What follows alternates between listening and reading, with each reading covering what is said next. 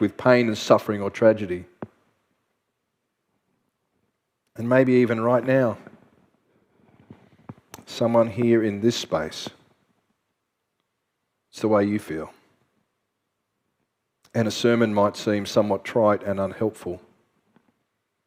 My hope is that we would be able to put our arms around you as well, to help bear your burdens during this time or give you a shoulder to cry on. Often our response in these situations, it's not fair, I don't deserve this. God, why are you allowing this? It can be easy to blame God for tragedy. Our society as well raises this issue, don't they? It's maybe raised the first reason above all to reject God. For many Christians, it would be the first question they would like to ask God. And I pray that my words tonight will bring comfort. Comfort for those who need it, and help prepare all of us for when suffering comes. But we know that there is evil and suffering. How do we explain it? How do we cope with it? My experience tells me that most people in our society, and often I've got to say many people in churches, live by a soft form of karma. It's kind of this understanding that, well, suffering, Andrew, is difficult to understand. I don't really have full knowledge of why and how, what, but I'll just kind of default to this position that you get what you deserve. This idea of karma is derived from Hinduism. In Hinduism, it's a universal principle by which all actions of the past are balanced out by events of the present. So suffering is a form of balance. In some ways, it's a payback. What is sown is reaped. Why does suffering happen? Because it's deserved. And so in the present, it may be unexplainable, but it's related to something in the past, in a reincarnated mindset. And so in a sense, all of them balance out. That's the idea of karma. I know some Christians have a feeling this is how it works, even though they would not say they adopt Hinduism. You know, I did something wrong, I sinned, therefore this happened. I recently heard Hugh Jackman in an interview speaking about his beliefs.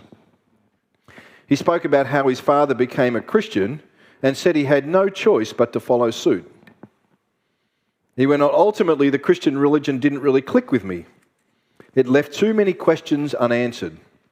I couldn't get past the fact that 95% of people on the planet are going to hell because they're non-Christians. So what does he think? This is what he said. He said, I believe more in cause and effect. I've seen it in my life and in the lives around me. The thoughts you think and the actions you take will determine what comes up in the future. It's a soft form of karma. Though I do wonder what will happen if one day he doesn't have a body that should be on the front of a magazine cover and a bank account that will float a small country. Will then he chalk it up to karma or not? You see, what happens with soft karma, I believe, is that people sort of live with that idea until it moves from the theoretical to reality. Because when someone, a parent, a partner, a friend or a child is suffering, the cry becomes much louder and much more real. It's not fair. Look, Andrew, I hear this voice say, I'm not perfect, I'm not Mother Teresa, but on the other hand, I'm not Hitler. I haven't hurt anyone, at least not directly. You know, I might tell a few white lies or cheat a little bit on my taxes, but I don't deserve this pain. You see, soft karma works in the background until suffering becomes real. When the rubber hits the road, when you're fired, or if you've got cancer, or your child is going to die. But how do you cope then? Where do you turn to in that time of pain? Well, in our society, we would say that most people are secularists, or they don't actually really believe in a God of the universe.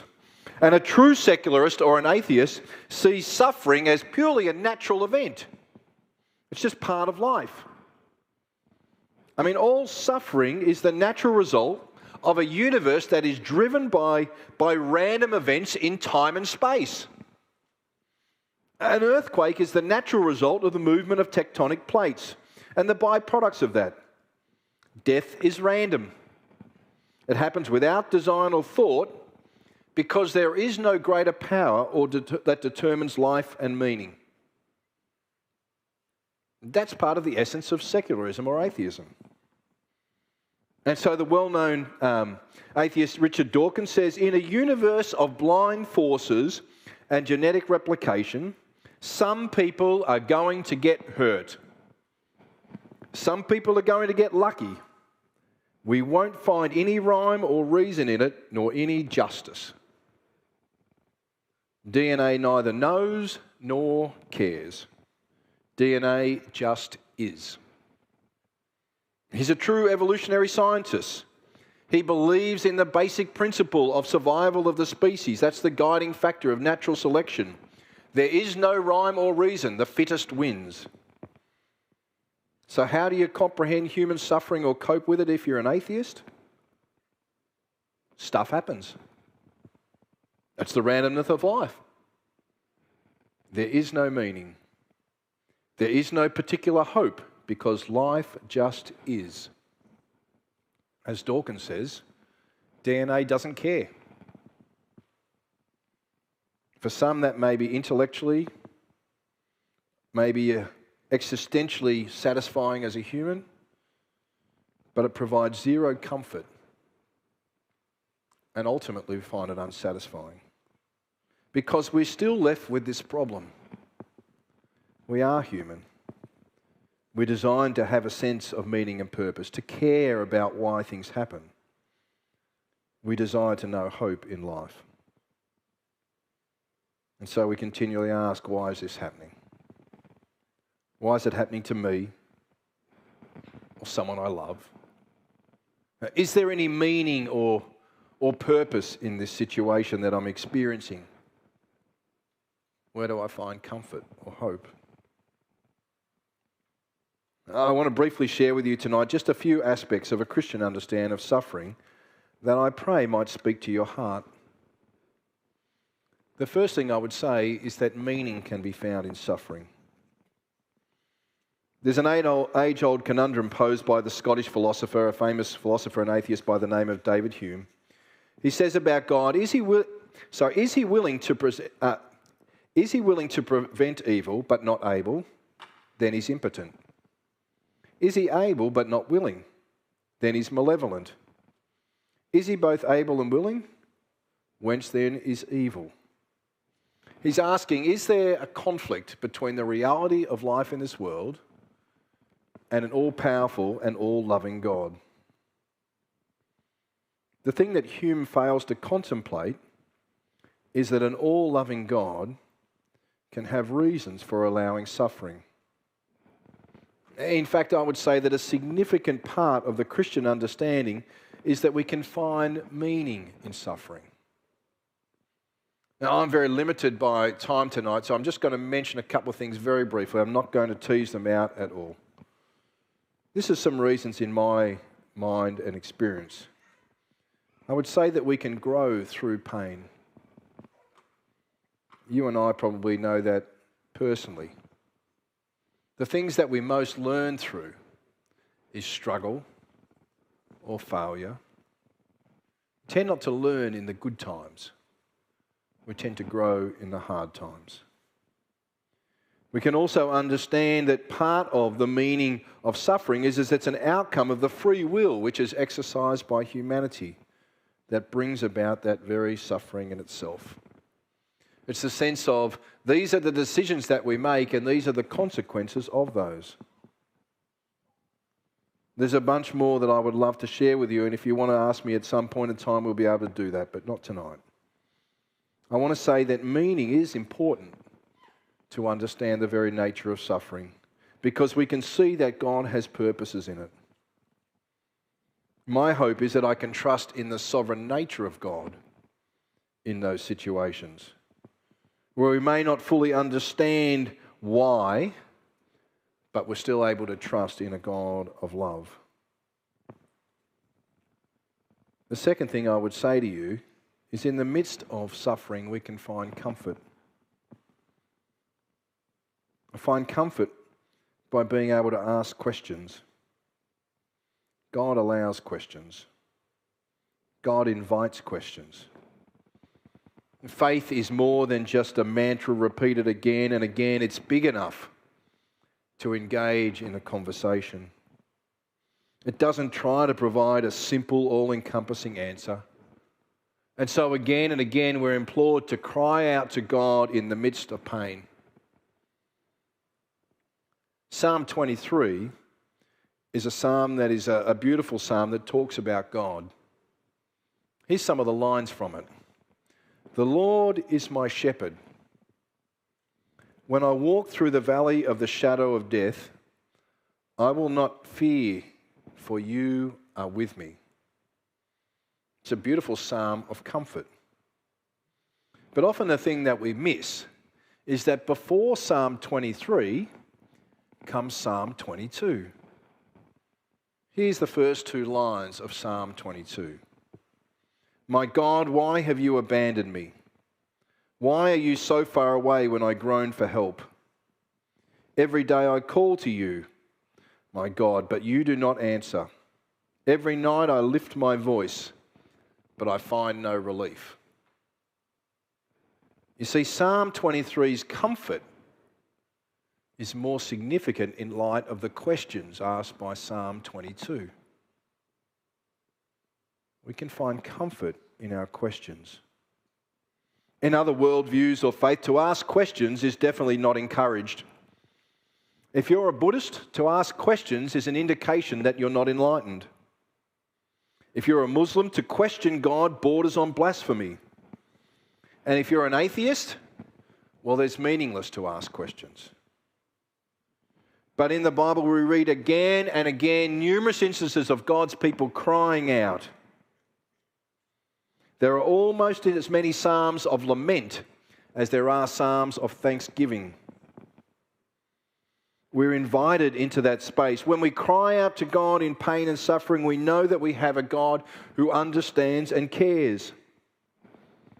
The ancient understanding of the gods was that gods were distant, a long way away, and not only were they distant, they were completely indifferent. They didn't care. And yet in Jesus, we have a God who is not distant, but a God who is immanent.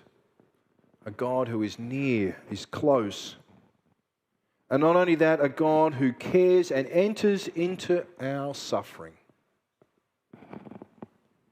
Our God has wounds. He is not the unmoved mover. One philosopher put it this way. He said that Jesus is there sitting beside us in the lowest places of our lives. Not detached, not distant, not disinterested. He entered into our world and into our pain. Mark 15, the Gospel of Mark, it talks about the account of Jesus' death. He was broken, despised, rejected, a man of sorrow, acquainted with grief, betrayed, rejected. This is Jesus, the one who enters our suffering. Hebrews puts it this way. It says that it was necessary for him, for Jesus, to be made in every respect like us, his brothers and sisters, so that he could be our merciful and faithful high priest before God. Later on it says, since he himself has gone through the suffering and testing, he's able to help us when we are being tested. To me, this is one of the most unusual from a religious perspective, but the most comforting promises about the very nature of God. That any pain and suffering that you're going through, Jesus has entered into. And when we're in the midst of pain, it reminds us that we can be sure that the God that we cries out to sits alongside us in love and empathy because has also experienced those same things. In our suffering we find meaning, can also find comfort. And the final thing I want to mention was in our suffering we can find hope. Because I cannot imagine what it would be like to endure a tragedy without the hope that God offers. Without Jesus, there is no hope. Just an eternal, black, cold, unrelenting void. And yet hope is readily available to all followers of Jesus, even during times of tragedy. You see, the story of Christianity includes God's ultimate triumph. Earth is a temporal home. The world is not our final destination. And when loved ones die in tragic accidents or pain and suffering, it is good to remember that. It was said of the 16th century Puritans that they knew how to die well. They knew how to die well. Kind of in some ways it's a little bit macabre, I've got to say. What it was saying is that they had good perspective. As much as they loved this life on this earth, they had a greater sense of life than just the 70 or 80 years that they had here. Because each one of us is created for eternity, tragedy never changes that. And so often we only look at the present. We consider someone's death premature or untimely. Our perspective is limited. But God looks at all of eternity. And we find hope when we put on those lenses and see life not just in the immediate day-to-day life, but through the lens of eternity. What does that promise in the midst of that hope? It promises things like a new body. A new body. And for those who struggle with their body, what a great promise that it would be free to do all that it should be able to do. We're reminded of new life. Every Christian can have this sense that there will be new life. We're reminded in the hope that there will be a new earth. We groan at the things that we see on our planet at the moment. And yet the hope that is found in God is the hope of a new earth, renewed, where war no longer exists. Pain and suffering is gone. You see, the great hope for any Christian is found ultimately in the cross of Jesus Christ, where all of our suffering which comes from the fall of humanity, all of our suffering which comes from the evil that is within, is wiped away. And Jesus, the one who suffers for us, takes that penalty. How do you cope with suffering? And for some of us here tonight, I know it's intensely personal. You feel it directly. Or maybe in a person or a situation so close it feels so personal. My prayer for you is that you will know the meaning, comfort and hope that are available. For some of us here, suffering might seem somewhat distant. I trust that your faith can be strengthened so that when suffering and pain arrives at your doorstep, you will be a little bit prepared. The Christian philosopher Stanley Hauerwas said that for the early Christians, suffering was not a metaphysical problem. It was not just something that was up in the air. It didn't just need a solution, but a practical response of faith. He describes how it never occurred to the early Christians to question their belief in God or question God's goodness because they were unjustly suffering. Rather, it was their faith that gave them direction in the face of the persecution they experienced. See, Christianity is not just a set of doctrines. It involves an encounter with God and belonging to a faith community that helps us to walk through that. See, God's ultimate answer to suffering isn't an explanation. It's the incarnation of Jesus. Suffering's a personal problem. It demands a personal response. And God is personally involved. He enters our world, enters our pain, sits beside us in the lowest places of our lives. The theologian Nicholas Wolsterstorff writes this. He says that suffering is down at the centre of things, deep down where the meaning is. Suffering is the meaning of our world, for love is the meaning, and love suffers. When I was reading that, I was thinking, how is love and suffering related? And in my mind, the connection is that if we do not love something, there is no experience of suffering because loss doesn't matter. Love is at the core of it. He says, love suffers. The tears of God are the meaning of history. It's a profound way that he expresses what suffering is about. Love suffers. These are the words of one who know what they mean. In 1987, Wolsterstorff published his book called Lament for a Son. He wrote it after the untimely death of his 25-year-old son, Eric, in a mountain climbing accident. He drew on his faith to cope with his grief. Suffering is down at the centre of things, deep down where the meaning is.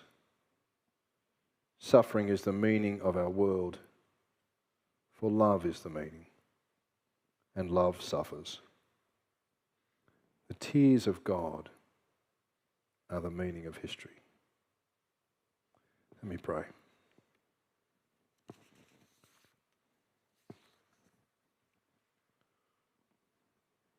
And our God, we come to you in the midst of life. We don't remove ourselves from the day-to-day into some aloof, holy place. We come to you in the midst and the mess of each day. And we know amongst us now there are some who are hurting, whether it's directly or for the people who are close to them. There are some of us who are angry, some of us who are fearful, some of us who are just plagued by questions. We don't know what to do. Why are these bad things happening? God, I pray that tonight, in very simple but very clear ways,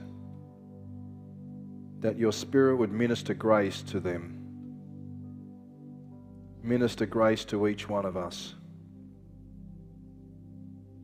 Remind us, God, that as much as you are a loving God, you are also a sovereign God. You have all things in your hands.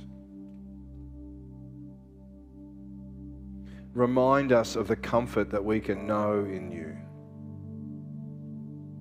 In those dark times, help us to run to you, not to run away from you.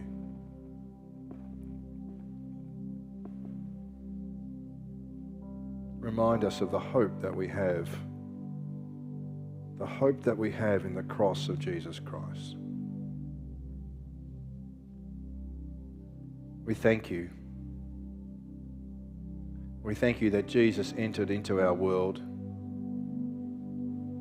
experienced pain and rejection, trial, death. We thank you that he enters our tears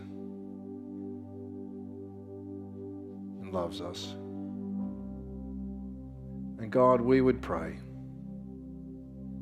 that our experience of pain and suffering, that our faith would be our faith would be strong in the one who sits beside us, the one who loves us and gives us hope.